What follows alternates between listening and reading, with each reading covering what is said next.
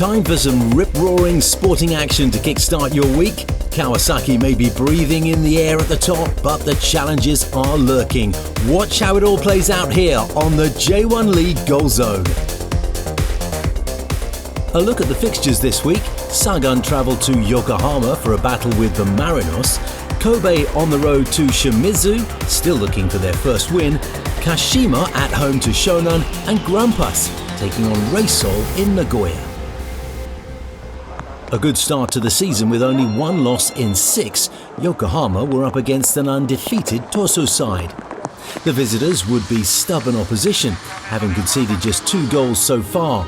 Could the Marinos find the edge to keep the heat on the title race early in the season? Mark Richmond has your commentary. He's got a goal against Sagan Tosu once, and he might score another one here. It's actually the youngster Sonoda who arrived late. This was the opportunity for Sonoda, the closest we've come to a goal in this game.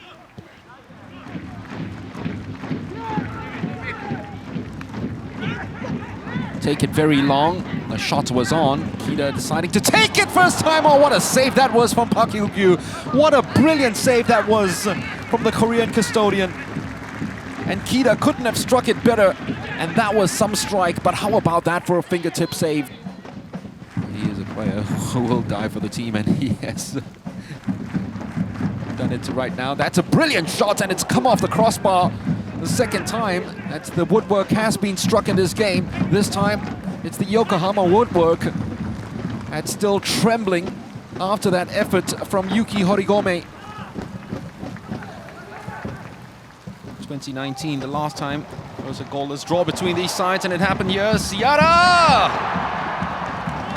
might have just extended the winning run against Sagan Tosu to 3 in a row. Well, it was always going to be a difficult game the moment the skies opened up 3 hours before kickoff here at the NHK Spring, as it finishes goalless here between Yokohama Marinos and Sagan Tosu. Yeah, difficult conditions tonight. Also, throughout the week we've struggled really to have 11, 12 healthy players for tonight's game. And then add the conditions to that tonight. I feel sorry for the people that turned up because it's not a game of football. People watching at home, this is not football. You can't pass the ball on the grass 10 yards. Thankfully, no one got hurt, and we move on. Vissel were still winless in the league and were in a troubling position after 6 games. A thrilling win in the AFC could be what they needed to keep their momentum as they went to Shimizu. The hosts had a fairly rough start to their campaign and came into this one on 2 straight losses. Here's Rish Roshan Rai. Well, worked out their way for them early on, Vissel Kobe. It's a lovely pass in by Hara. Splitting that defense, looking for the run of Yuito Suzuki. Yuruki, taken to Hatsuse, makes the run in behind, receives the pass from Oihara, looks for options in the box, finds one in Osako, who connected with the cross, but a really good save from Gonda, got his position spot on.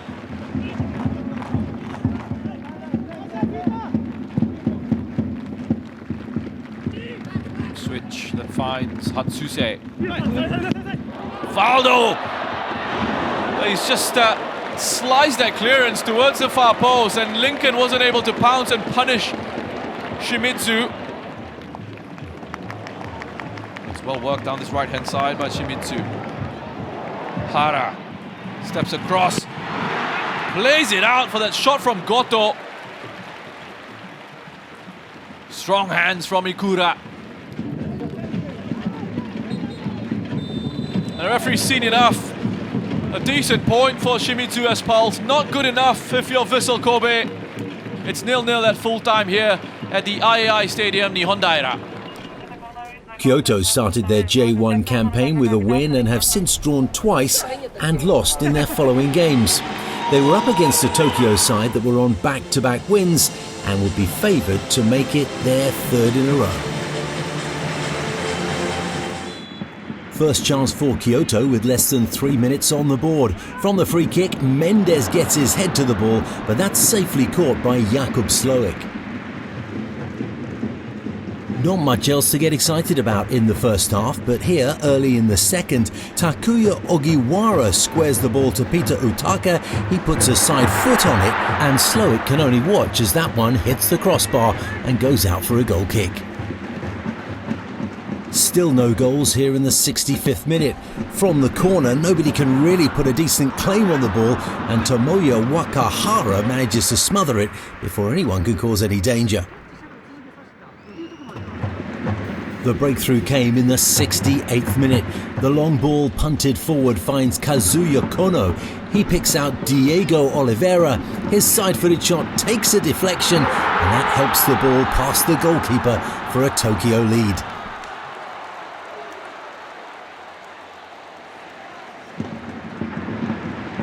Kyoto's gilt-edged chance for an equaliser came in the 95th minute.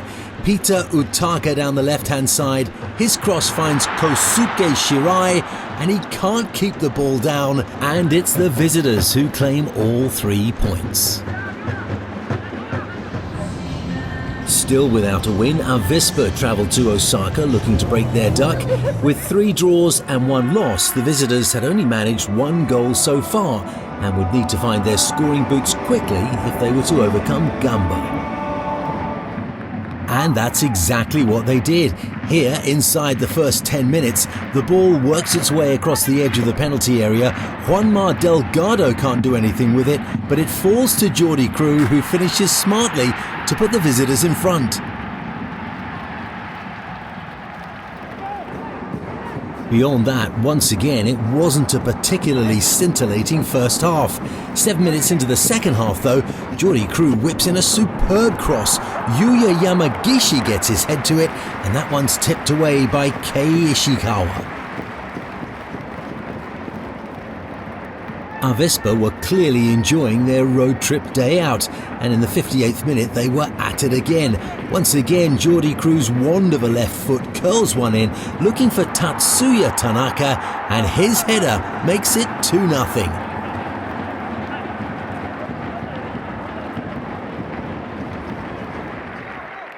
And Avispa weren't done yet. Here they are in the 81st minute. Takashi Kanomori working hard down the right-hand side. His cross turned into his own goal by Ko Yanagisawa, and that's 3-0 to the visitors.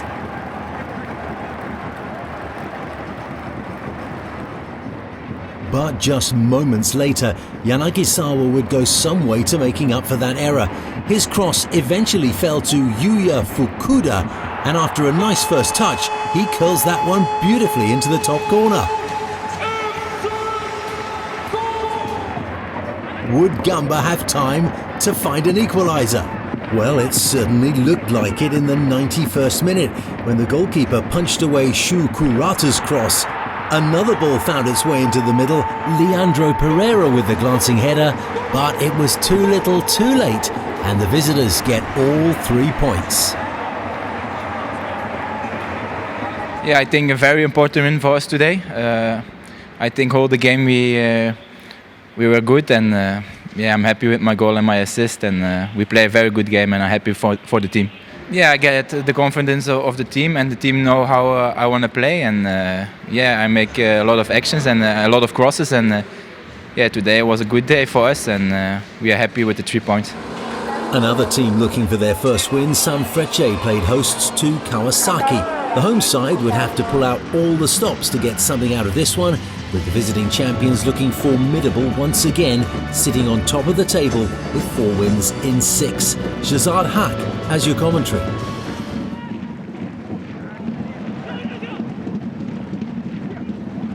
Delightful ball into the far post.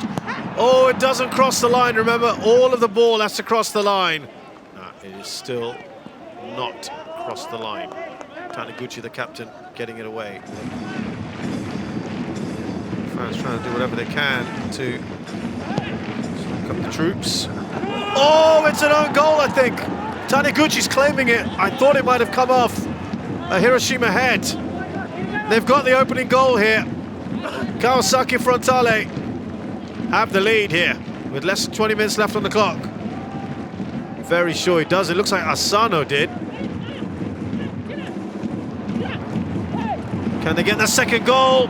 Dinked over. Oh, the opportunity goes begging for Yu Kobayashi, who you'd put your money on to score. That's the kind of goal he scores in his sleep normally.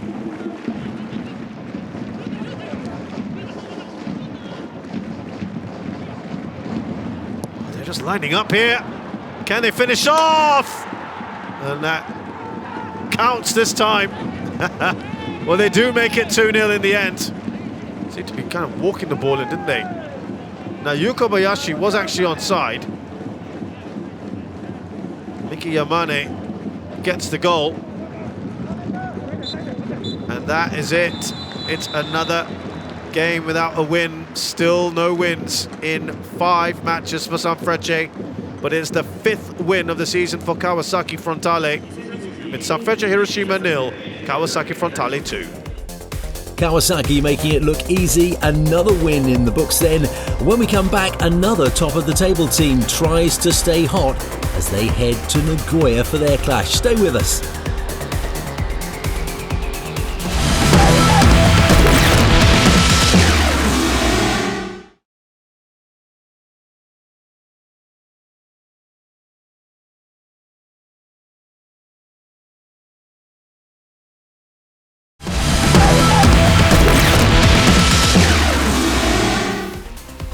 This is your weekly dose of J1 League football.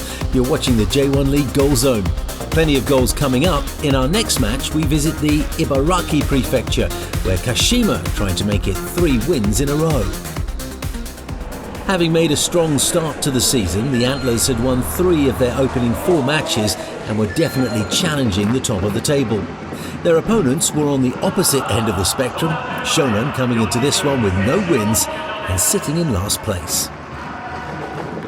And if being bottom of the table exemplifies scrappy football, that was certainly on show here in the 16th minute. Pinball in the penalty area, Yusuke Sagawa's effort cleared from the line by Kashima's Keigo Tsunamoto, but upon review, VAR clearly showed that all of the ball had crossed the line, and Shonan went 1 goal up. And it would stay that way until 4 minutes into the second half. Shonan losing the ball in midfield, Ryuji Izumi picking out Ayase Ueda, who skips by 1 defender and finishes with precision.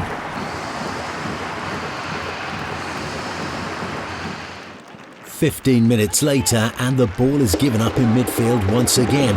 Yuma Suzuki comes up with it. He finds Juan Alano, who stabs the ball home from just inside the 6-yard box. The Antlers are 2-1 ahead.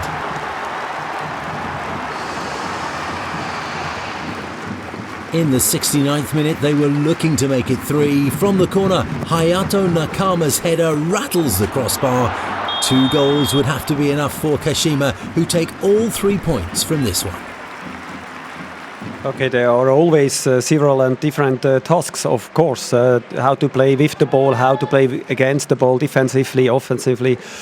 But to implement the style of football I want to see, it takes a little bit more time than the few days and the 2 games we had now.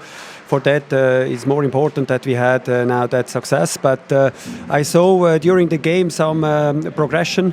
And I think we are on a good path, but it takes time, but they did it well. Having made a dismal start to their season with only 1 win in 6, Urawa were in desperate need to turn things around as they welcomed Jubilo to town.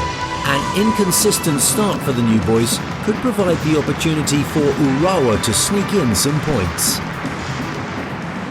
And their first chance to do that came as early as the 7th minute. Hiroki Sakai breaking down the right-hand side. His cross finds Kasper Juncker, who gets a touch, but that's very well saved by Ryuki Miura. But the resulting corner was very well worked and surely practiced on the training ground. Tomoya Inukai at the near post gets the important touch, and Urawa go 1-0 up. Urawa continued to press, and only 3 minutes after scoring their first goal, their pressure paid off. Great work from Etaro Isaka dispossessing the defender. He supplied Juncker once again, and his tenacity was enough to put the ball over the line for a 2-0 lead. But Jubilo weren't lying down for this one. Still only in the 14th minute here, a free kick from Yasuhito Endo finds Yuto Suzuki, and they've pulled one back. But it was that pressing game of Urawa that always looked the most likely to pay dividends. Yoshio Koizumi was the first one to collect here.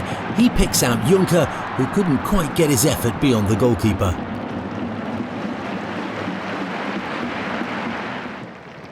And with all of Urawa's efforts seemed to come a little bit of good fortune. Atsuki Ito adjudged to have been brought down by Kentaro Oi, but did he make contact with the player at all? He certainly got the ball. Penalty, says the referee.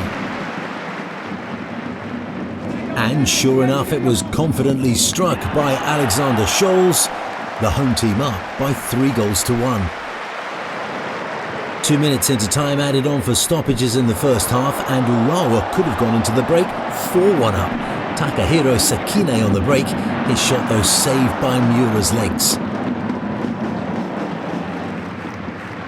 And the half-time cup of tea did nothing to arrest Urawa's momentum.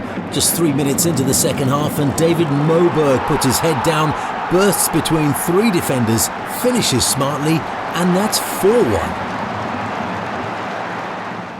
And still they kept coming. Here's Moberg breaking down the right in the 63rd minute. He cuts inside and forces a good save from Miura.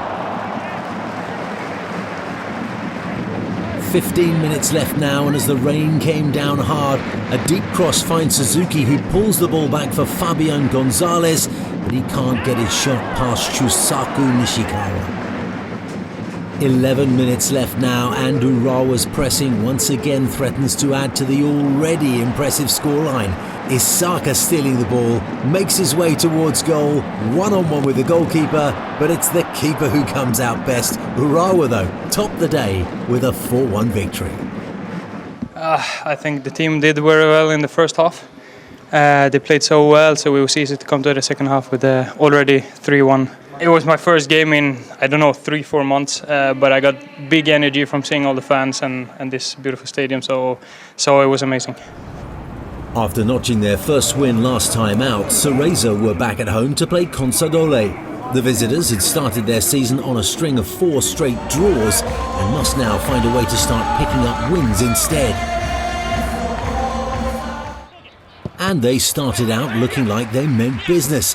If it was all a little bit clumsy, first of all Takuma Arano sees his shot saved, then Ryota Aoki also denied by Kim Jin-hyun between the sticks.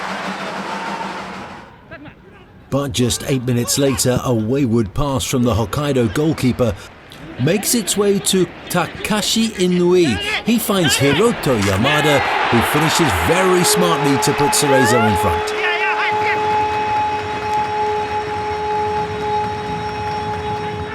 On the 30-minute mark, though, Hokkaido find their way back into this one.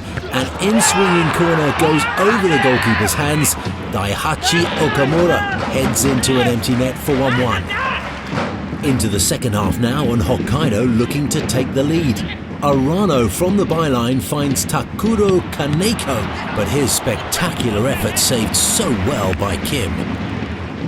They got to the byline again just 9 minutes later. Kaneko with the effort that he drags across the face of the goal. And they would come to regret failing to optimise their chances. After this awful mistake in his own penalty area, Okamura gives up the chance to Mendes, does enough to deflect the clearance past the goalkeeper, and Cerezo take a 2-1 lead. But Hokkaido Consadole Sapporo are not becoming known as the draw specialists without a reason. Here in the 76th minute, Kaneko with the cross, Taika Nakashima with the merest of glances finds the equaliser with 14 minutes left, and it's all square. In the remaining time, the best chance fell to Cerezo from the dead ball. Riki Harakawa beats the wall, but not Koki Otani. 2-2 it finishes.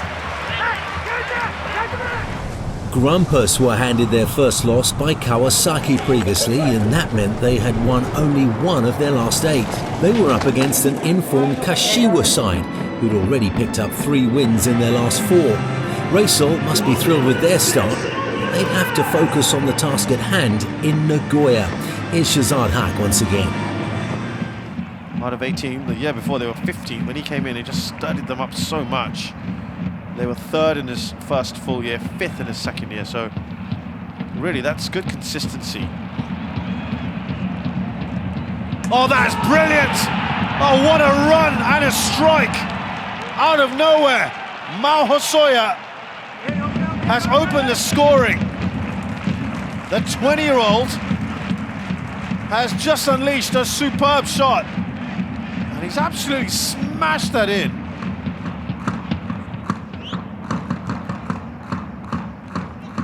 Leo Silva.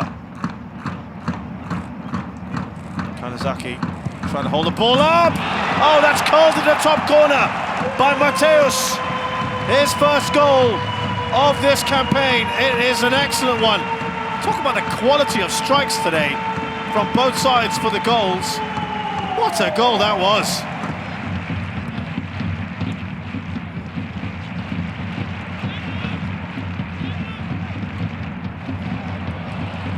That's a great chance.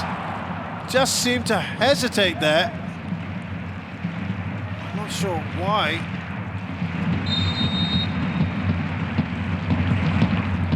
Oh, there's a chord of uncertainty. Did Leo Silva get a little touch on that? Goalkeeper had to make an intervention. I think he did. Oh, it was the slightest of touches, wasn't it? Keeper couldn't take any chances.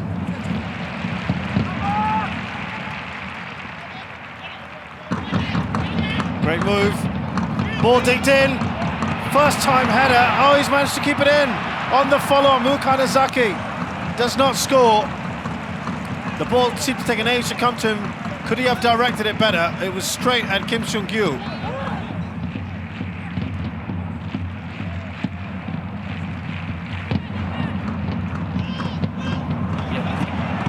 Surely now, it's come off the post. How on earth did he not score that? Koyamatsu. Well, it looked to be a certain goal.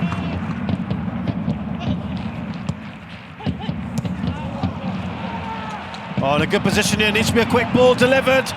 Too close to the keeper, but he can't. Oh, it's a great double save.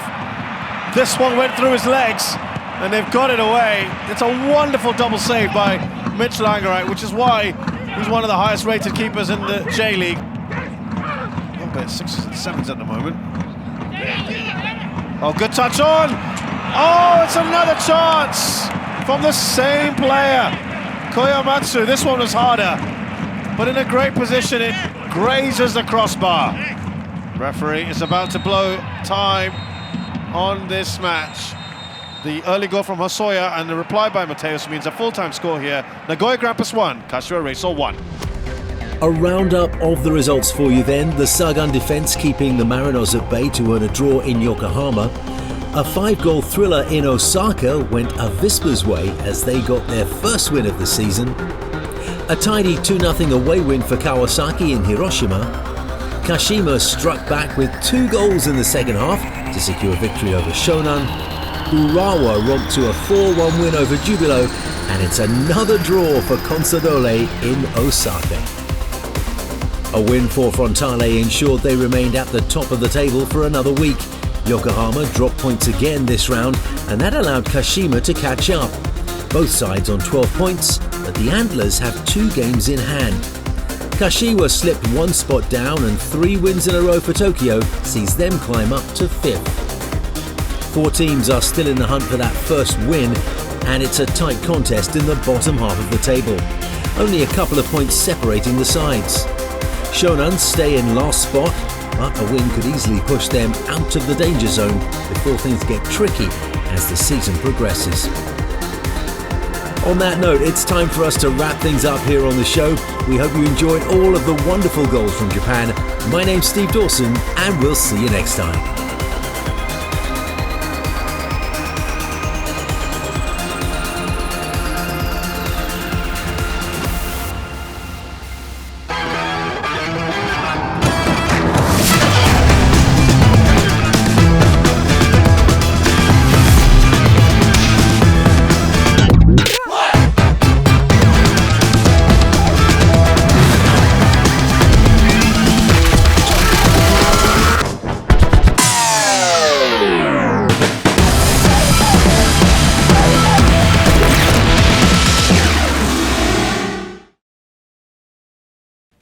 ฝากติดตามกด Subscribe ช่อง YouTube J.League International ด้วยนะครับ